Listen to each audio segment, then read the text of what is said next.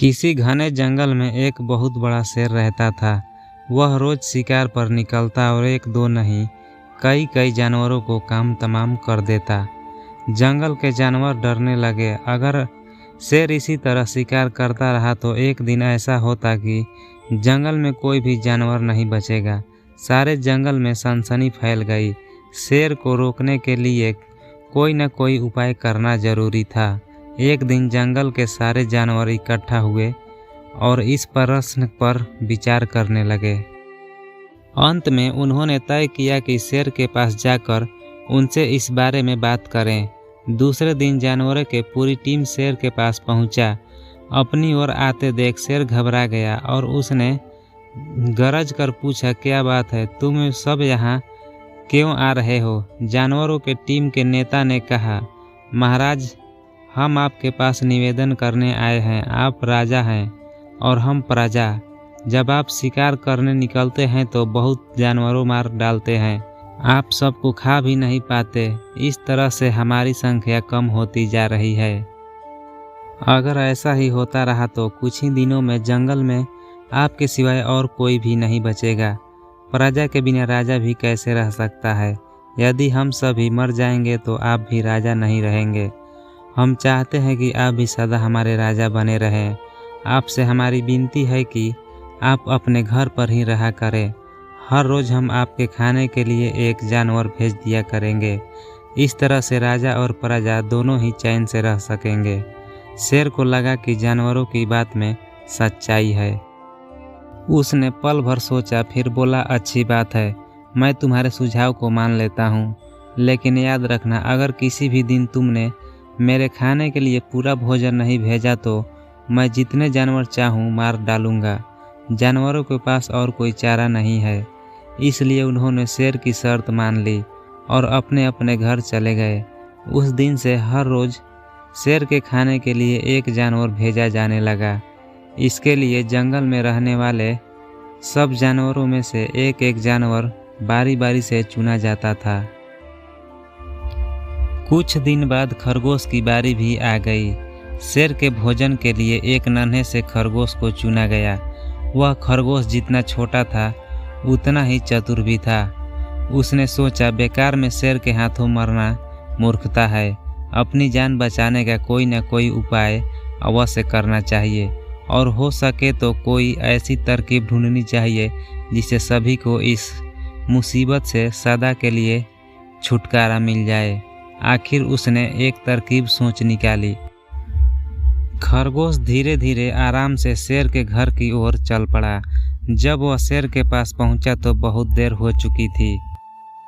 भूख के मारे शेर का बुरा हाल हो रहा था। जब उसने सिर्फ एक छोटे से खरगोश को अपनी ओर आते देखा तो गुस्से से उठा और गरज कर बोला, किसने तुम्हें भेजा है? एक तो पिद्दी जैसे हो, दूसरे इतनी देर से आ रहे हो। जिन बेवकूफ़ों ने तुम्हें भेजा है मैं उन सब को ठीक करूँगा। एक एक का काम तमाम न किया तो मेरा नाम शेर नहीं। नन्हे खरगोश ने आदर से जमीन पर झुक कर बोला, महाराज, अगर आप कृपा करके मेरी बात सुन लें तो मुझे या और जानवरों को दोष नहीं देंगे।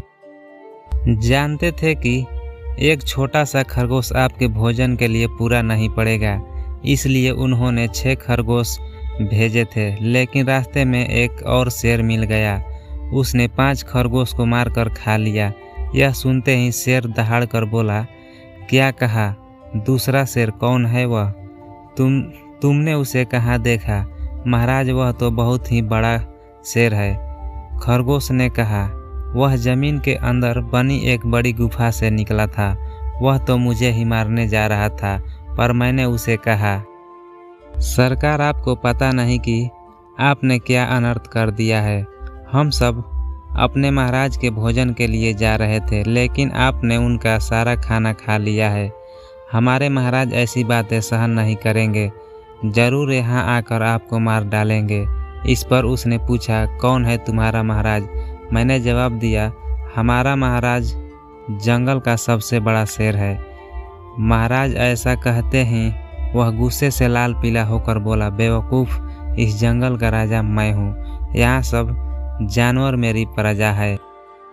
मैं उनके साथ जैसा चाहूँ वैसा कर सकता हूँ। जिस मूर्ख को तुम अपना राजा कहते हो, उस चोर को मेरे सामने हाजिर करो। मैं उसे बताऊंगा कि असली राजा कौन है। महाराज, इतना कहकर उस शेर ने आपको लाने के लिए मुझे यहाँ भेज दिया। खरगोश की बात सुनकर शेर को बड़ा गुस्सा आया और वह बार बार गरजने लगा। उसकी भयानक गरज से सारा जंगल दहलने लगा। मुझे फौरन उस मूर्ख का पता बताओ, शेर ने दहाड़कर कहा। जब तक मैं उसे जान से न मार दूंगा मुझे चैन नहीं मिलेगा। बहुत अच्छा महाराज, खरगोश ने कहा। मौत ही उस दुष्ट की सजा है। अगर मैं बड़ा और मजबूत होता तो मैं खुद उसे टुकड़े टुकड़े कर देता। चलो रास्ता दिखाओ, शेर ने कहा। फौरन बताओ किधर चलना है। इधर आइए महाराज। खरगोश रास्ता दिखाते हुए शेर को एक कुएं के पास ले गया और बोला, महाराज, वह दुष्ट शेर जमीन के नीचे किले में रहता है। जरा सावधान रहिएगा। किले में छुपा हुआ दुश्मन खतरनाक होता है। मैं उसे निपट लूंगा। शेर ने कहा, तुम यह बताओ कि वह है कहाँ। पहले जब मैंने उसे देखा था तब तो वह यहीं बाहर खड़ा था। लगता है आपको देखकर वह किले में घुस गया। आइए मैं आपको दिखाता हूँ। खरगोश ने कुएं के नज़दीक आकर शेर से अंदर झांकने के लिए कहा। शेर ने कुएं के अंदर झांका तो उसे कुएं में अपनी ही परछाई दिखाई दी। परछाई को देखकर शेर जोर से दहाड़ा। कुएं के अंदर से आती हुई अपने ही दहाड़ने की गूंज सुनकर उसने समझा कि दूसरा शेर भी दहाड़ रहा है। दुश्मन को तुरंत मार डालने के लिए इरादे से फौरन कुएं में कूद पड़ा। कूदते ही पहले तो वह कुएं की दीवार से टकराया, फिर धड़ाम से पानी में गिरा और डूबकर मर गया। इस तरह चतुराई से शेर से छुट्टी पाकर नन्हा खरगोश घर लौटा। उसने जंगल के जानवरों को शेर के मर जाने की कहानियाँ सुनाई। दुश्मन के मारे जाने की खबर से सारे जंगल में खुशी फैल गई। जंगल के सभी जानवर खरगोश की जय जयकार करने लगे। कहानी का मतलब, घोर संकट की परिस्थितियों में भी हमें सूझबूझ और चतुराई से काम लेना चाहिए और आखिरी दम तक प्रयास करना चाहिए। चतुराई से काम लेकर हम भयंकर संकट से उभर सकते हैं और बड़े से बड़े शक्तिशाली शत्रु को भी पराजित कर सकते हैं।